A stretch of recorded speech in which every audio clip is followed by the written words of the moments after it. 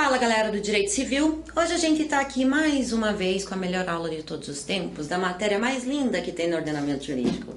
Meu nome é Ana Silvia e hoje eu vou falar para vocês um pouquinho mais sobre a parte de obrigações dentro do direito civil.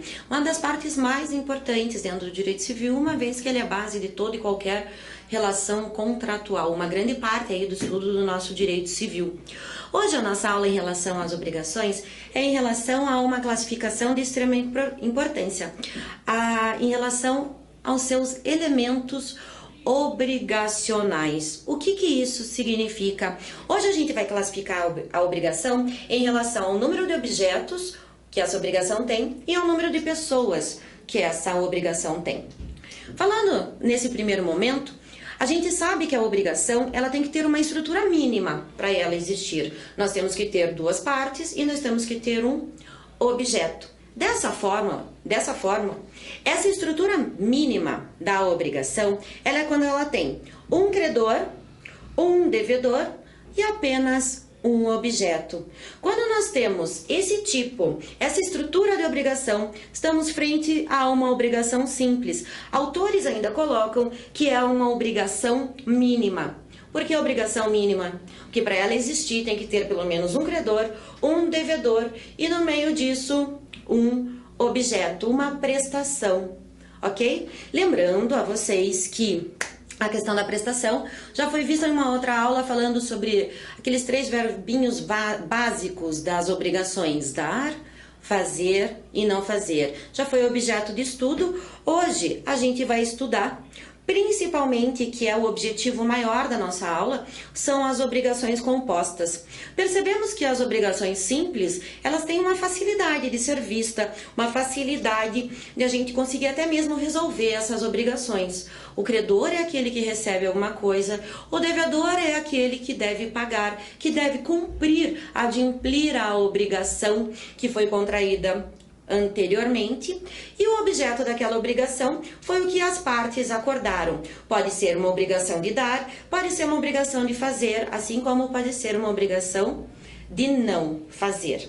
Essa estrutura simples, muito simples, vamos colocar ela de lado, que não existem muitas divergências em relação a esse tipo de obrigação. Por outro lado, o estudo das obrigações compostas, ele é um pouquinho mais não chatinho, porque nada dentro do direito civil é chato, um pouquinho mais complexo, e é por isso que a gente vai começar falando sobre as obrigações compostas. As obrigações compostas são aquelas que podem ter o elemento objetivo, ou seja, a prestação, em sua forma múltipla, ou seja, dois ou mais objetos, duas ou mais prestações. E por outro lado, nós podemos ter as obrigações compostas subjetivas. As obrigações compostas subjetivas são aquelas em que eu tenho mais do que um credor, mais que um devedor, ou ainda mais que um credor e um devedor numa mesma obrigação. Essas obrigações compostas subjetivas, elas vão ser objeto de outra aula. Hoje o nosso objetivo aqui é falar tudo, esgotar o assunto em relação às obrigações compostas objetivas, ou seja, aquelas que têm multiplicidade de obrigações, certo? As obrigações compostas objetivas ainda possuem mais uma classificação.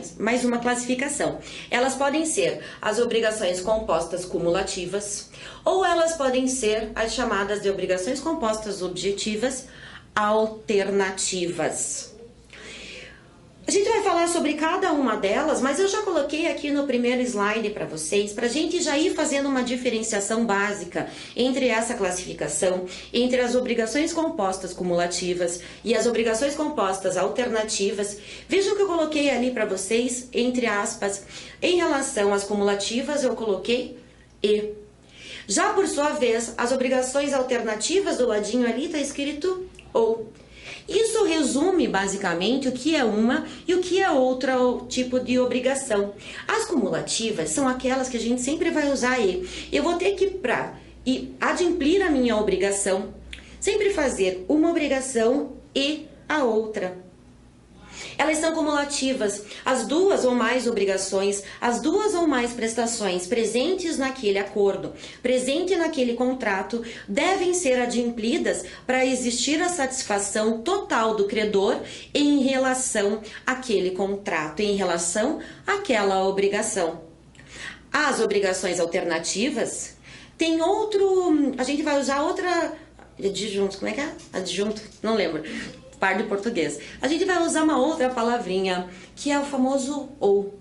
As obrigações alternativas, o devedor pode cumprir uma obrigação ou outra obrigação. Cumprindo uma ou outra, ele já adimpliu de forma completa a sua obrigação face ao seu credor. Então vamos por partes e vamos começar falando das obrigações compostas cumulativas, aquelas que eu tenho que cumprir uma obrigação mais outra obrigação. Esse tipo de obrigação, o devedor se obriga a prestar o cumprimento de várias obrigações distintas. Não existe somente uma, e tem uma e mais outra, pelo menos duas obrigações, pelo menos duas prestações vão ter que ser cumpridas para que haja o adimplemento total dessa obrigação pelo devedor face ao seu credor. Estas prestações, elas não são sempre iguais, elas podem ter natureza diversa.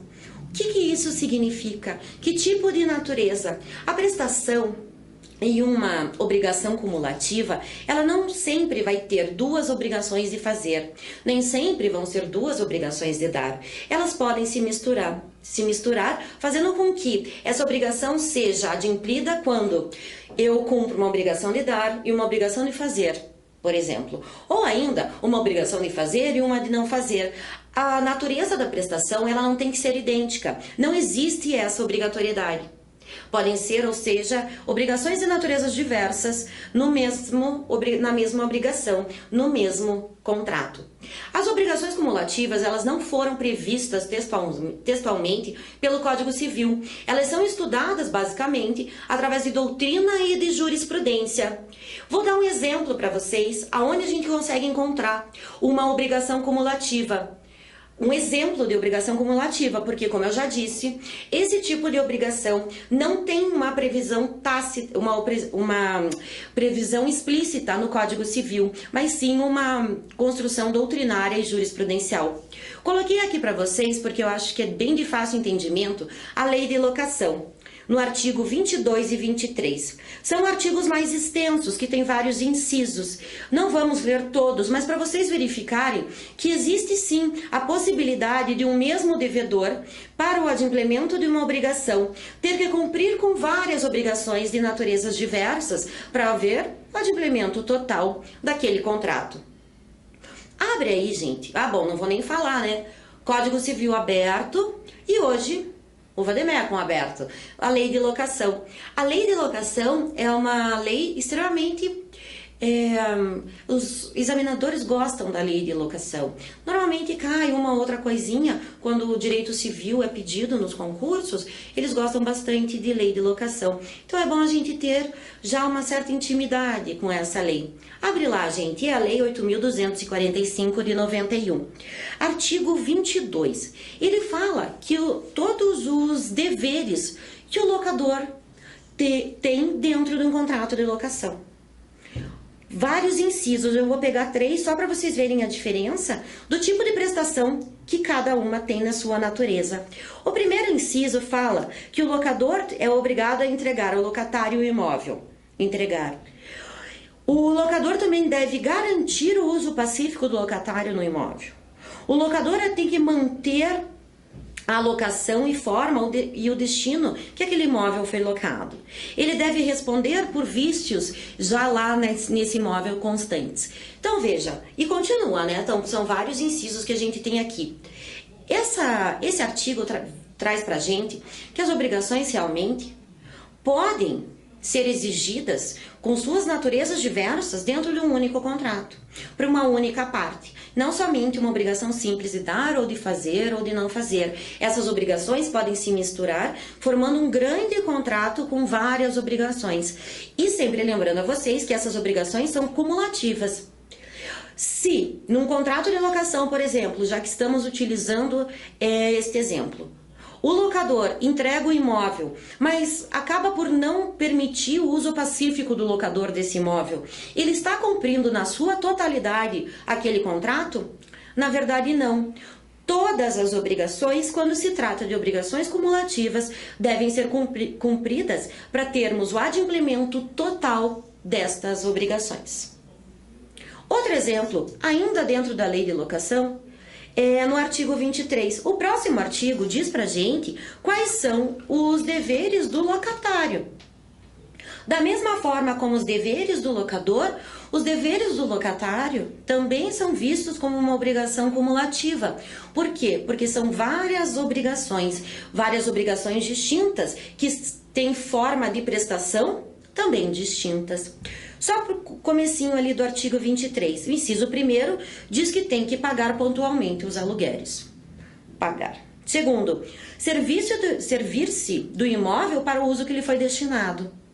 Terceiro, restituir o imóvel quando o contrato de locação se findar, quando o contrato de locação acabar. E assim seguem os incisos do artigo 23 da lei de locação, falando pra gente que os deveres do locatário e os deveres do locador são consideradas obrigações cumulativas, porque todas essas obrigações têm que ser adimplidas para que eu tenha o adimplemento total do meu contrato. Adianta, gente, o devedor adimplir só uma? Adianta o locatário somente pagar o aluguel? Não. Ele também tem o dever de restituição da coisa quando finda o contrato. Se ele não devolver o imóvel na data prevista para o fim daquele contrato, ele adimpliu na sua totalidade as suas obrigações? Não. Então vejam, a gente sempre vai usar aquela palavrinha mágica que eu coloquei para vocês alguns minutinhos atrás. E cumpre, pagar aluguel e entregar o imóvel. E se tiver algum defeito no imóvel por ele criado, ele vai ter que ressarcir. E assim por diante. Então não pode existir apenas o adimplemento de uma das obrigações, somente uma prestação. Todas devem ser cumpridas para o contrato ser completamente adimplido em relação às obrigações cumulativas. Eu acho importante a gente colocar aqui para vocês, talvez alguns de vocês aí em casa estejam se perguntando assim, mas como que você está dizendo que existe prestação que o devedor tem que cumprir, dando como exemplo locador e locatário? Não existe um credor e um devedor? Veja, hoje as nossas relações jurídicas raramente vão ter somente um polo, ou seja, somente uma das partes tendo só obrigações e a outra parte tendo somente direitos. A maioria quase absoluta das obrigações, elas são chamadas de obrigações sinalagmáticas, são contratos sinalagmáticos. O que isso significa? Ambos os lados, tanto o credor como o devedor, têm tanto obrigações quanto direitos dentro dessa obrigação. Por isso que algumas aulas atrás a gente estudou que o direito de um é o dever de outro e assim reciprocamente. Então, sempre que um tiver um direito, o outro terá um dever, assim como quando um tiver um dever, o outro terá um direito. Não esqueçam disso. Falei já do inadimplemento para vocês, mas só para não deixar passar em branco esse último quadrinho do slide, como é que eu tenho o adimplemento total da obrigação cumulativa, somente quando o devedor cumprir com todas as obrigações previstas naquele contrato. Muito bem, passando à primeira classificação das obrigações cumulativas, vamos falar sobre as obrigações compostas, objetivas, alternativas. Só para deixar bem claro para vocês o que a gente está estudando. Porque a obrigação alternativa, que agora a gente vai começar a explicar, ela também é uma obrigação composta. Ela também tem vários objetos, tem que ter no mínimo 2 e mais, quantos mais forem, não tem um teto, limite, para a gente colocar aí dentro de uma obrigação. Alternativa ou cumulativa. Essa classificação de obrigações compostas objetivas, ou seja, em relação ao número de obrigações, em relação ao número de prestações obrigacionais, Elas têm essa subclassificação em obrigações compostas cumulativas e obrigações compostas alternativas. Já passamos, agora um pouquinho, o estudo, alguns pontos em relação às obrigações cumulativas. Agora, a gente passa para a segunda etapa da aula, falando sobre as obrigações compostas objetivas alternativas. Eu disse para vocês lá nos primeiros slides que as obrigações compostas alternativas, a gente usa uma palavrinha mágica. Assim como nas cumulativas eu usei e, nas alternativas eu vou usar ou. Ou seja, se você fosse ter que conceituar uma obrigação composta, objetiva, alternativa, o que você ia colocar? Como é que você ia conseguir colocar isso usando a palavra ou? Tem que existir o adimplemento através da prestação da obrigação, de uma obrigação ou da outra obrigação, como pactuado em contrato. Então, o devedor, para ter o total adimplemento de um contrato e de uma obrigação facultativa, nós temos que ter a prestação de uma ou outra obrigação. Fica a critério, já vamos ver como isso funciona, fica a critério do devedor escolher qual obrigação ele vai cumprir. E cumprindo aquela obrigação por ele escolhida, é o suficiente para dizer que esse contrato foi adimplido por aquele devedor em relação ao seu credor. Então, ele vai cumprir ou uma ou outra. As obrigações alternativas, diferentemente das cumulativas, elas estão previstas no nosso Código Civil. O legislador deu um espacinho do nosso código para elas, a partir do artigo 252 até o 256, ali previstas, falando como que funciona, quando que vai ter o adimplemento, quando que não vai ter esse adimplemento. Então, se vocês puderem, por favor, acompanhem comigo lá a partir do artigo 252 do Código Civil em relação às obrigações facultativas, certo? Ai, desculpa, as obrigações alternativas, falei errado, volta. Ai, concentre, prof.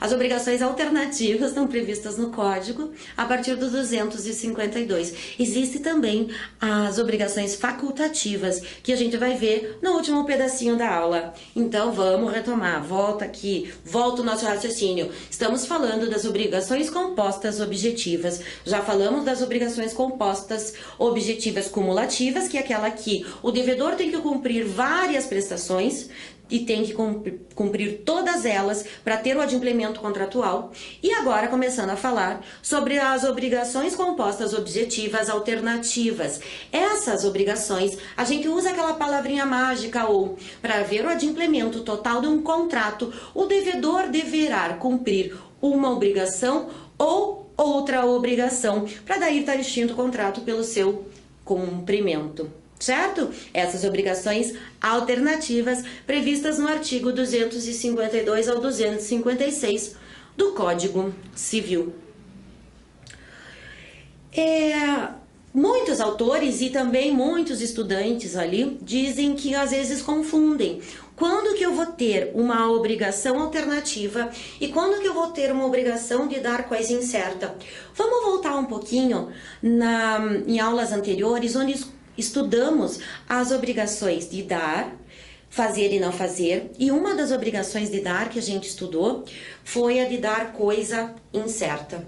Existe a obrigação de dar coisa certa e a obrigação de dar coisa incerta. A obrigação de dar coisa incerta nada mais é do que aquela obrigação onde eu tenho a quantidade e o gênero da coisa que eu me propus a prestar para o meu credor, mas eu não tenho a qualidade.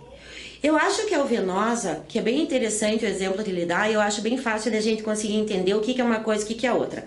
Uma obrigação de dar coisa incerta, ele fala assim, na coisa incerta, essa coisa, ela não tem a qualidade. Mas como que eu vou saber o que é qualidade, o que é gênero? Então ele faz tipo um exemplo fácil da gente conseguir até mesmo memorizar o que é uma coisa e o que é outra. O exemplo dele é o seguinte, 1 quilo de feijão carioquinha. 1 quilo é a quantidade, feijão é gênero.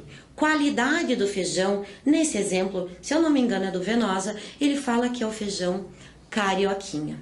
Agora imagina num contrato que eu não tenho essa especificação de tipo de feijão, ou seja, eu retiro dessa coisa a qualidade dela.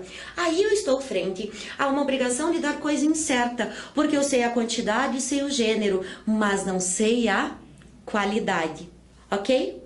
Eu sei que tenho que dar 1 quilo de feijão, mas qual tipo de feijão? Aí se não foi fechado, não foi pontuado dentro do contrato. Se isso acontecer, estamos frente a uma obrigação de dar coisa incerta. A obrigação alternativa, por outro lado, a gente acabou de ver que é quando o devedor, para adimplir um contrato, tem que prestar uma obrigação ou outra. Existe aqui uma faculdade, existe aqui, por parte do devedor, uma escolha a ser feita. Ou eu faço essa, ou presto essa obrigação, ou eu cumpro essa outra. Ele tem o direito de escolha, ok?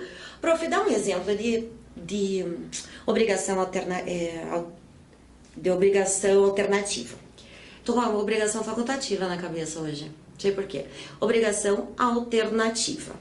A obrigação alternativa é aquela que o devedor tem a faculdade. Ele ou vai prestar uma obrigação ou vai prestar outra. E qual que é a diferença entre a obrigação alternativa e a obrigação de dar coisa incerta?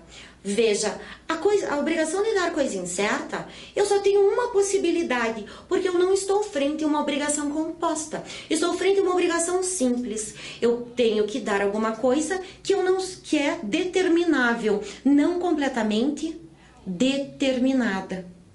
Então, a primeira diferença é que a obrigação de dar coisa incerta é que estamos frente a uma obrigação simples. A obrigação alternativa é uma obrigação composta. Por que a obrigação alternativa ela é composta? Porque ela tem possibilidade de ter duas prestações distintas. A outra questão é que na obrigação composta, como já dito anteriormente na nossa aula, as prestações podem ter natureza diversa. Uma prestação pode ser de dar, outra de fazer, uma de fazer e não fazer e assim por diante. Mas as obrigações de dar coisa incerta dessa forma não funcionam. A de dar coisa incerta só tem uma opção, é entregar uma coisa. É sempre a entrega de uma coisa. E essa coisa, o objeto da prestação, é que é indeterminado. Certo? Vou dar um exemplo para vocês de obrigação alternativa. A gente não deu nenhum, né? A gente começou a falar das obrigações cumulativas, falamos sobre o artigo 22 ou 23 da lei do inquilinato, mas não exemplificamos nenhuma obrigação alternativa. Quando eu estava dando aula numa cidade que eu amo de paixão, lá no Mato Grosso, eu sempre dava o seguinte exemplo, o pessoal lembrava. Imagine que eu estou numa estrada, indo de uma cidade para outra, e eu bato o carro no ônibus do Wesley Safadão. O Wesley Safadão me fecha, deu um problema lá, e a culpa toda é do motorista do Wesley Safadão. Eu desço do carro brava, coisa e tal, que bateram no meu carro, e desce o Safadão com todo aquele seu charme, aquele coque moderníssimo, e diz: safadinha, não fique assim, tudo vai ser resolvido. E ele fala assim: o que eu posso fazer para você não sair no prejuízo? Fico eu pensando, meu Deus, meu carro vai custar uns milão, mas milão a gente dá um jeito de pagar, mas tenho aqui Safadão, o rei da safadeza na minha frente. E olho para ele e digo assim: eu faço uma proposta. Ou você conserta meu carro, manda consertar meu carro e paga, ou você vai na minha casa amanhã num churrasco cantar para os meus amigos. Safadão, muito esperto, paga o valor do carro e vai embora. Veja, eu como credora, eu dei a possibilidade para o Wesley Safadão de pagar aquela obrigação, de adimplir o que ele tinha feito de duas formas. Ou indo cantar na minha casa, ou consertando o carro, certo? Isso é uma obrigação alternativa. Falei para vocês que as obrigações alternativas estão previstas no Código Civil a partir do artigo 252. Vamos dar uma olhadinha neles nas partes principais, o que tem que saber para vocês conseguirem chegar no objetivo que é passar no concurso. O artigo 252, ele fala sobre nas obrigações alternativas, quem que faz a escolha? Quem que escolhe se vai cumprir uma obrigação ou a outra obrigação? Quem faz essa escolha é o devedor. Essa escolha cabe ao devedor pela lei. Porém, se no contrato outra coisa estiver prevista, é a outra coisa que vale. Posso fazer um contrato onde, numa obrigação alternativa, onde quem tem o direito de escolha é o credor? Posso, mas se o contrato silenciar, se nada ele falar sobre o direito de escolha, a gente segue o que o Código Civil diz. Então, quem vai ter o direito a essa escolha é o nosso devedor. É o devedor, certo? Leiam depois com calminha o artigo 252. Colocar para vocês que essa escolha na prestação da obrigação, que em regra geral é feita pelo devedor nas prestações alternativas, ela é chamada de concentração.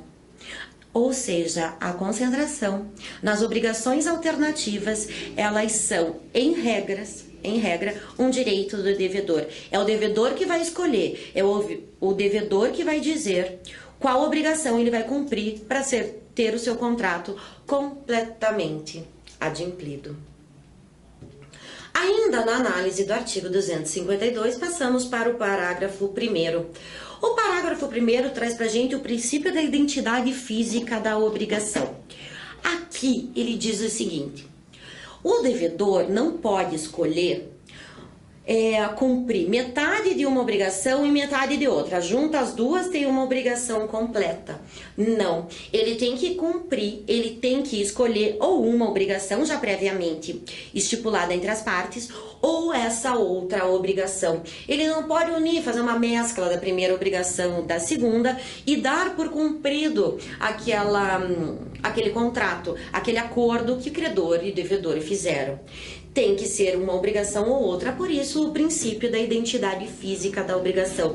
Não posso fracionar, não posso quebrar essa obrigação. Eu tenho que escolher entre uma ou outra. Passando para o parágrafo 1º, ainda do artigo 252, ele fala quando nós tivermos frente a obrigações e prestações periódicas. O que são prestações periódicas? São obrigações que são pagas a cada certo período de tempo. Normalmente, que a gente está mais acostumado a ver aqui no nosso dia a dia, são prestações mensais. Todo dia 10 vence o meu carnê das Casas Bahia, por exemplo. Isso são prestações periódicas. Agora pensa comigo, se eu estou frente a uma obrigação alternativa, como que fica a escolha do devedor? Que em regra a consideração é feita pelo devedor. Como que fica? Se eu escolher uma obrigação, se eu escolher cumprir uma das obrigações ali previstas, todos os meses subsequentes eu vou ter que prestar a mesma obrigação? Na verdade, não. O parágrafo 2º do 252 do Código Civil diz que, no caso de obrigações com prestações periódicas, o devedor tem o direito de escolha, o devedor tem o direito de concentração toda vez que for prestar o pagamento, ou seja, todo mês ele tem o direito de concentração em relação à escolha da obrigação que vai ser cumprida. O que isso significa dizer? Se eu estiver frente a uma obrigação de prestações periódicas, o devedor no primeiro mês pode escolher me pagar em relação à obrigação A. Já no segundo mês de prestação, ele vai pagar cumprindo a obrigação B. E assim por diante, pode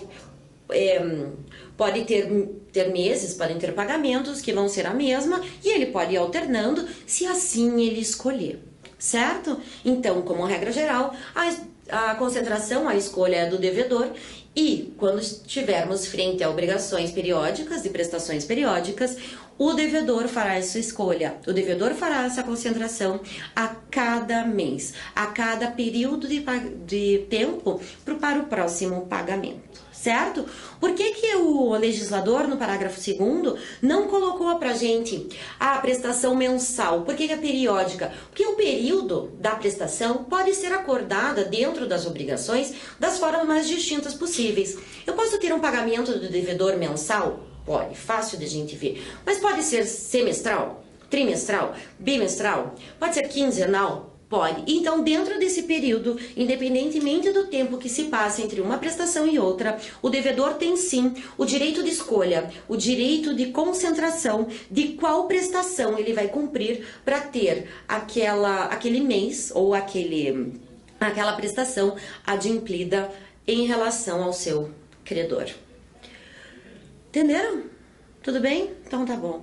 Passando para frente, parágrafo 3º do artigo 252. O parágrafo 3º fala que, se eles não conseguirem entrar num acordo, eles quem? Credor e devedor. O devedor escolhe, concentra uma prestação, mas o credor diz que não quer. Quem que resolve no caso concreto? Chama o juizão. O juiz que vai decidir se vai ter que cumprir uma ou vai ter que cumprir outra. Qual é o objetivo disso? A gente conseguir ter novamente um equilíbrio na relação obrigacional. A gente sabe que hoje a gente não se admite mais no direito relações obrigacionais que sejam desproporcionais em relação à obrigação a ser prestada e ao que está recebendo. Então, para não haver esse desequilíbrio entre as partes, a gente chama o juiz para resolver no caso concreto e reestabelecer a ordem dentro da obrigação. E o último parágrafo no artigo 252 fala aqui: se as partes, se credor e devedor, acordarem que um terceiro é que vai fazer a escolha, que um terceiro é que tem a obrigação de fazer a concentração no caso concreto, e esse terceiro, na hora de fazer a concentração, na hora da escolha de qual prestação o devedor vai ter que cumprir para adimplir aquele contrato, se esse terceiro não puder, por qualquer motivo, ou se ele se recusar, se ele não quiser fazer a concentração, a gente chama mais uma vez nosso amigo juiz. É o juiz que daí vai tomar frente àquele processo e entrar no lugar do terceiro, dizendo pra gente qual prestação será cumprida pelo devedor, para que ele tenha todo o adimplemento daquele contrato em face ao seu credor. Acho que é um dos artigos mais importantes que a gente tem em relação às obrigações alternativas. O artigo 253 também acho que é de extrema importância, por isso que eu trouxe para vocês. Veja, meu objetivo nas aulas não é ficar lendo o artigo, mas muitas regras, principalmente dentro do direito obrigacional, eles estão previstos na legislação. Então não tem por que você ficar decorando ou ficar lendo a doutrina e falando, meu Deus, mas eu não estou entendendo. A maioria das regras, pelo menos um norte, para a gente ir em relação a cada obrigação, tá lá no Código Civil. Então, acho importante eu contar para vocês em qual artigo tá e a gente interpretar juntos, tentar sugar desse artigo tudo que ele pode trazer para a gente em relação à matéria objeto da nossa aula. O artigo 253 fala que, se a obrigação for inexequível, o que é uma obrigação inexequível? É aquela que não tem mais possibilidade de ser cumprida. O artigo 253 fala aqui, ó, se uma das duas prestações não puder ser objeto de obrigação ou ser tornada inexequível, subsistirá o débito quanto a outra. Devedor se compromete a prestar uma obrigação ou outra, obrigação A ou obrigação B. A obrigação do devedor é ele entregar para o credor 10 sacas de café ou 10 sacas de feijão. Se o meu café foi colhido no tempo errado e ele tá podre já, apodreceu lá no pezinho de café, esse café não vale mais para nada. O devedor, por mais que uma das prestações não seja mais passíveis de ser prestada, ele vai ter a outra obrigação para conseguir adimplir essa obrigação. Ele tem uma outra possibilidade de adimplir essa obrigação. Então aqui, por mais que uma das obrigações não possa mais acontecer, a outra ainda pode. Se uma das obrigações some por ser inexequível, estamos frente não mais a uma obrigação alternativa, onde o devedor cumpriu uma ou outra prestação para ter o seu adimplemento total. Ela vai ser vista agora como uma obrigação simples, já que a primeira ou a segunda obrigação ali proposta dentro da obrigação alternativa teve algum problema, pereceu, não é mais possível de ser exigida. Quando isso acontece, sai uma obrigação, não tem mais possibilidade de cumprimento, então a gente volta a uma obrigação simples, um credor, um devedor e somente uma possibilidade de prestação de obrigação. Mas o crédito do credor ali permanece e ele vai exigir que aquela obrigação que ainda continua possível de ser prestada, assim seja feito, para que haja o adimplemento total do contrato. Passando por artigo 254. O artigo 254 e o 255 fala sobre o perecimento da obrigação, fala sobre o perecimento do objeto da obrigação com culpa do devedor, sem culpa do devedor, quando a concentração é feita pelo devedor e quando a concentração é feita pelo credor. Para a gente não precisar ler o artigo e ficar aqui em minúcias, palavrinha por palavrinha, vamos numa regra geral. 254 mais 256. Anota aí. O artigo 254 fala que se a obrigação não pode ser cumprida por culpa ou não do devedor, e a escolha é do devedor, ou seja, a concentração foi feita pelo devedor, o que vai acontecer com essa obrigação? Qual é a consequência? A consequência é que o devedor vai ter que pagar o valor da última, daquela que ainda subsiste, mais perdas e danos. Vamos colocar isso num exemplo. Sabemos que nas obrigações alternativas, o devedor tem duas possibilidades de cumprimento. Ou uma ou outra. Pode ter três? Pode. Ou uma ou outra? Pode. Mas a princípio, para ficar mais fácil o nosso entendimento e o nosso exemplo, vou colocar que esse devedor tem possibilidade de dois tipos de cumprimentos distintos. Se um deles perece, se torna inexequível, com ou sem culpa do devedor, o devedor vai ter que pagar ao credor o valor dessa última, ou seja, o valor daquela prestação que ainda está remanescente, mais perdas e danos. Eu já volto para o artigo 255, quero falar sobre o 256, que também fala quando te torna impossível, sem culpa do devedor, mas em relação às duas prestações. O artigo 254 traz pra gente que se por culpa do devedor, ou seja, tem que ter culpa do devedor, não se puder cumprir nenhuma das prestações, não competido o credor à escolha, ou seja, não pode mais cumprir a obrigação, nenhuma delas, por culpa do devedor e ele fazendo a concentração, ficará o devedor obrigado a pagar o valor da que por último se impossibilitou. Se a obrigação A pereceu antes, sobrando a B, e após a B também perece, o devedor deve ao credor o valor da obrigação D mais perdas e danos.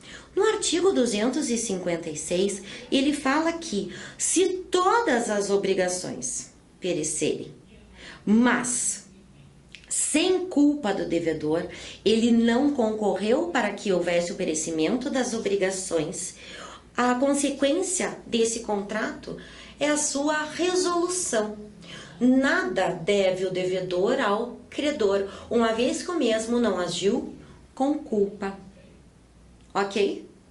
Vejam, essa é a regra geral. Toda vez que uma pessoa não age por culpa, ela não tem o dever de pagamento e não tem o dever de indenização. Regra geral. Mas o Código Civil traz pra gente algumas hipóteses em que, mesmo não havendo culpa do devedor e houver o perecimento do objeto, ele vai ter sim que indenizar. Coloquei aqui para vocês como exemplo que se o devedor tiver em mora, ele vai ter sim que cumprir a obrigação. O que isso significa? O devedor deveria ter cumprido a obrigação no dia 20, ter entregado, ter levado, ter feito alguma coisa para o credor e não o fez. Se esse bem perece nas suas mãos, enquanto ele está em atraso, enquanto ele está em mora, ele sim é responsabilizado e daí sim ele vai ter que pagar, indenizar o credor, pagando o objeto o valor da obrigação mais perdas e danos. Outra forma onde o devedor também responde mesmo sem culpa pelo perecimento da coisa, é se o contrato assim vier estipulado. Posso dizer que, mesmo se houver o perecimento sem culpa do devedor, esse ainda me deve aquela obrigação? Posso falar isso sim. E voltando aqui, em relação ao artigo 255, nós temos que houve o perecimento da obrigação ou das obrigações do devedor, só que a escolha não era para ser feita pelo devedor como regra geral, como diz o artigo 252 para a gente. A concentração, a escolha de qual prestação o devedor deveria cumprir para adimplir com sua obrigação ficará aqui às custas do credor. Daí vem o 255 e fala que o credor tem direito a exigir aquela remanescente, ou seja, que não era aquela que ele queria no primeiro momento, mas ele exige aquela que se perdeu e que ele queria, e mais perdas e danos. A diferença aqui em relação ao perecimento do objeto, nós temos que levar em conta duas coisas, com culpa ou sem culpa do devedor.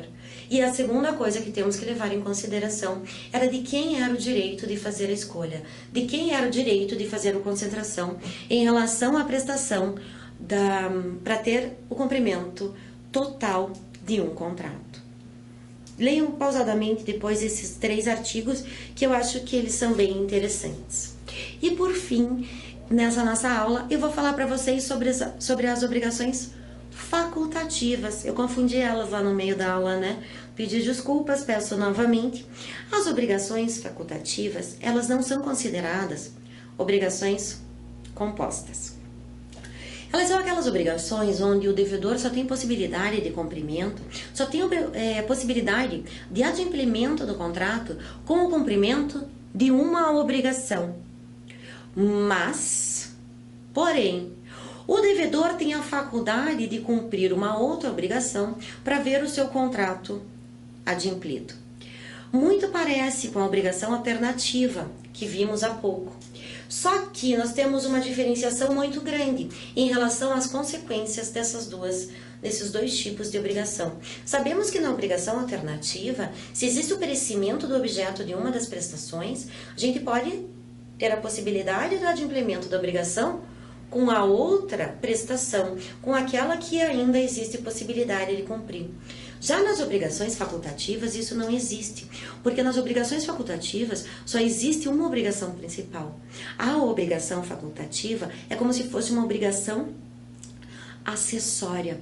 Então, se perece a obrigação principal, o credor não tem força, não tem direito de cobrar essa obrigação acessória, essa obrigação facultativa, que só é possível de ser cobrada se o devedor assim quiser cumprir.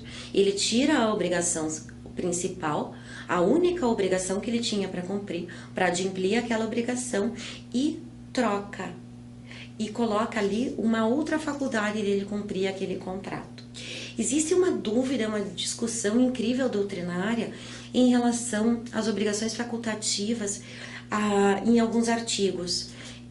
A Maria Helena e o Tartucci, por exemplo, eles são contrários em relação ao contrato de consignação, se é uma obrigação facultativa ou se é uma obrigação alternativa. Então ainda existe muita dúvida e muita discussão na doutrina e na jurisprudência em relação a esses dois institutos obrigacionais. Mas o importante é que a gente consiga fazer essa primeira diferenciação, que as obrigações alternativas, elas são obrigações compostas. E que, para ver o adimplemento, o devedor pode escolher uma ou outra. E como consequência desse conceito de obrigação alternativa, temos que o credor, nas obrigações alternativas, ele pode exigir o cumprimento de uma ou de outra. Se perece a primeira possibilidade de obrigação, ele pode ainda continuar perseguindo a satisfação do seu crédito pelo cumprimento da outra obrigação. Já nas obrigações facultativas, o credor não tem esse direito, porque a obrigação facultativa tem uma obrigação principal, sendo a faculdade do devedor, se ele quiser trocar a obrigação principal, digamos assim, aquela obrigação simples, pelo cumprimento da obrigação facultativa. Então, o credor, se a obrigação não é cumprida, não tem o direito de cobrá-lo do cumprimento da obrigação facultativa. Certo? Gente, espero que vocês tenham entendido, que vocês tenham clareado um pouquinho a obrigação, essa parte da classificação das obrigações para vocês. E espero que vocês continuem acompanhando aqui o Cultive, tá bom? Valeu, galera!